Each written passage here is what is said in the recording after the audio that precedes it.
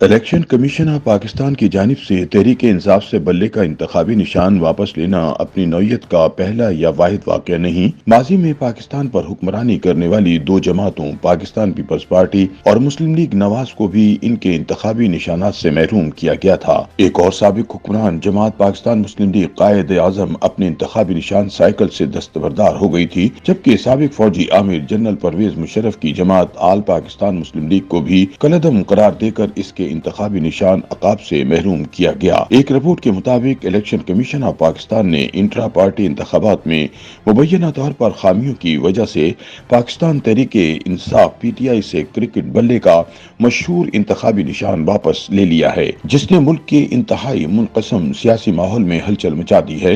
اس پیش رفت کے بعد مقبول سوشل میڈیا پلیٹ فارمز پر شعلہ بیان بحثیں شروع ہو گئی ہیں۔ تاہم یہ پہلا موقع نہیں کہ کسی سرکردہ پاکستانی سیاسی جماعت سے اس کا انتخابی نشان چھین لیا گیا ہو۔ 29 مئی 2018 کو پاکستان پیپلز پارٹی 41 سالہ طویل قانونی جنگ کے بعد اپنے انتخابی نشان کے طور پر تلوار حاصل کرنے میں کامیاب ہو گئی تھی، تاہم اس سارے عرصے میں کسی اور سیاسی جماعت کو یہ نشان نہیں دیا گیا۔ 2018 میں تلوار کے نشان کے لیے 4 دعوے دار تھے، جن میں پی پی پی صفدر عباسی کی قیادت میں، پی پی پی ورکرز غنوہ بھٹو کی سربراہی میں، پی پی پی شہید بھٹو اور ڈاکٹر تنویر زمانی کی زیر قیادت پیپلز موومنٹ آف پاکستان شامل ہے۔ پیپلز پارٹی نے اپنے بانی ذوالفقار علی بھٹو کی قیادت میں 1970 اور 1977 کے انتخابات تلوار کے نشان سے لڑے تھے۔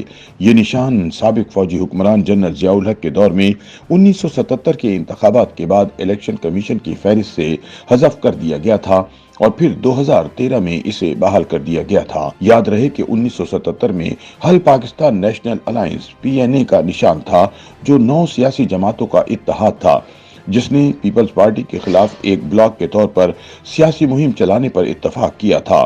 پیپلز پارٹی نے 2018 کے عام انتخابات تیر کے نشان پر بلاول بھٹو زرداری کی قیادت میں پیپلز پارٹی اور سابق صدر آصف علی زرداری کی سربراہی میں پیپلز پارٹی پارلیمنٹیرین کے درمیان اتحاد کے بینر تلے لڑے تھے۔ پیپلز پارٹی نے 1988، 1990، 1993 اور 1997 کے انتخابات تیر کے نشان سے لڑے تھے۔ 2018 میں پاکستان مسلم لیگ قائد پی ایم ایل قاف نے اپنے روایتی نشان سائیکل سے دستبردار ہو کر ٹریکٹر کو اپنے انتخابی نشان کے طور پر درخواست کی۔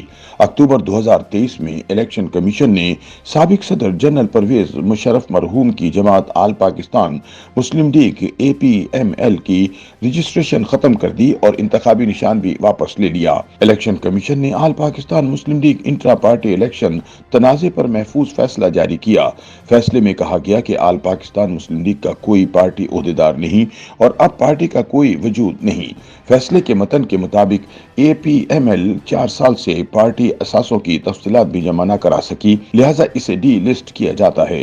الیکشن کمیشن کا کہنا تھا کہ خود ساختہ پارٹی عہدیداران کی جانب سے انتخابی نشان کی درخواست مسترد کی جاتی ہے اور اے پی ایم ایل کا انتخابی نشان عقاب اب مختص ہونے کے لیے دستیاب ہے۔ ماضی میں ایک اور تنازع میر حاصل زنجو کی نیشنل پارٹی اور ڈاکٹر عبدالحی بلوچ کی بلوچستان نیشنل موومنٹ کے درمیان آری کے نشان پر رہا۔ یاد رہے کہ الیکشن کمیشن نے چند روز قبل ای این پی کے انٹرا پارٹی الیکشن کے حوالے سے کیس پر سماعت مکمل کی، اس پر بھی فیصلہ محفوظ رکھا ہے۔ دوسری جانب تجزیہ کاروں نے الیکشن کمیشن کے اس فیصلے کو پی ٹی آئی کے لیے جھٹکا قرار دیا ہے، لیکن یہ بھی کہا ہے کہ پی ٹی آئی کو اس سے کوئی فرق نہیں پڑے گا۔ صحافی اور تجزیہ کار مظہر عباس نے بتایا کہ الیکشن کمیشن آف پاکستان نے پہلی بار کسی بھی پارٹی کے انٹرا پارٹی انتخابات کو مسترد کر کے تاریخ رقم کی ہے۔ انہوں نے کہا کہ ای سی پی نے پی ٹی آئی کو اس کے انتخابی نشان بلے سے محروم کر دیا ہے۔ ماضی میں پیپلز پارٹی کو جنرل ضیاء الحق کی حکومت میں انتخابی نشان تلوار سے بھی محروم کر دیا گیا تھا۔ امریکی تجزیہ کار مائیکل گوگل مین نے کہا کہ بلے کا انتخابی نشان چھن جانا پی ٹی آئی کے دوبارہ انتخابات میں شرکت کے امکانات کے لیے ایک اور دھچکا ہے۔ الیکشن کمیشن کا یہ تازہ ترین اقدام پارٹی کی لچک کے بارے میں کچھ کہتا ہے۔ اس سے کوئی فرق نہیں پڑتا کہ پی ٹی آئی کے خلاف کیا اقدام کیا گیا ہے، یہ ثابت قدم رہنے میں کامیاب ہے۔ مہینوں کے طویل کریک ڈاؤن، گرفتاریوں، عمران خان، ان کے حامیوں اور دیگر سرکردہ رہنماؤں کو جیلوں میں ڈالنے کے باوجود